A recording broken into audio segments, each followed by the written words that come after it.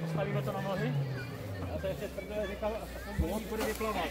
Dobrý, ale no, je to úzký. Se velký.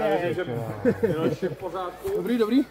Jo, dobrý. Jo, Zinovec, jo, zdravím, to je tohle, takže v pořádku, jdete jenom stroj. To bych vzal zezadu. Běžte tamhle za ty kola. To se nedostaneme ty vole za kola. Teď jsem zdravej, byl tam zauč. Jo, hele, bez problémů. Tak, Milda by mohl zpátky, ne, a pokračuje, že jo? Já to už nedáme, to už nedáme. Já tu stojím v kole, to se nechce vrátit. Když ho někdo vytáhne ze zadu. Chtěl by to dozadu tahat. Dozadu, no. Jo, tak teda v tom případě ty pantofle asi byly fakt lepší. Můžeme nás takovej. Jak si říkal? Ty vole, jsi docela suchej na tohle. Vypadalo. Jsem říkal, že můžu dechat s tím kaslíkem ze zora, vole. Jste si dělali prdel, že máš otevřený ústa, aby si měl kudy. Jako v tuhle chvíli si myslím, že si lehce překonal i Zdeňka Svatošů v první ložce. Protože byť teda to vypadalo nebezpečně, tak diváci tady byli nadšení. Otles! Miloš Zinovec, jo, ještě jednou, tak Děkuju!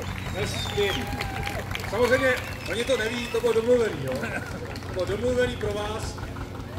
Kdyby teď ještě vyhraju tu cenu, vole, na Berku je, ale to asi je ten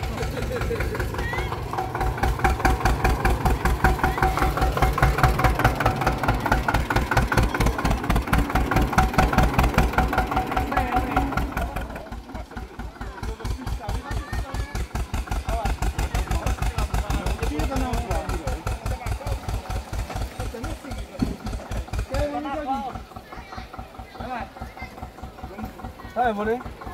Je to bazén? Nevyřadím. Je tam kval, vydrž. No dobrý, je.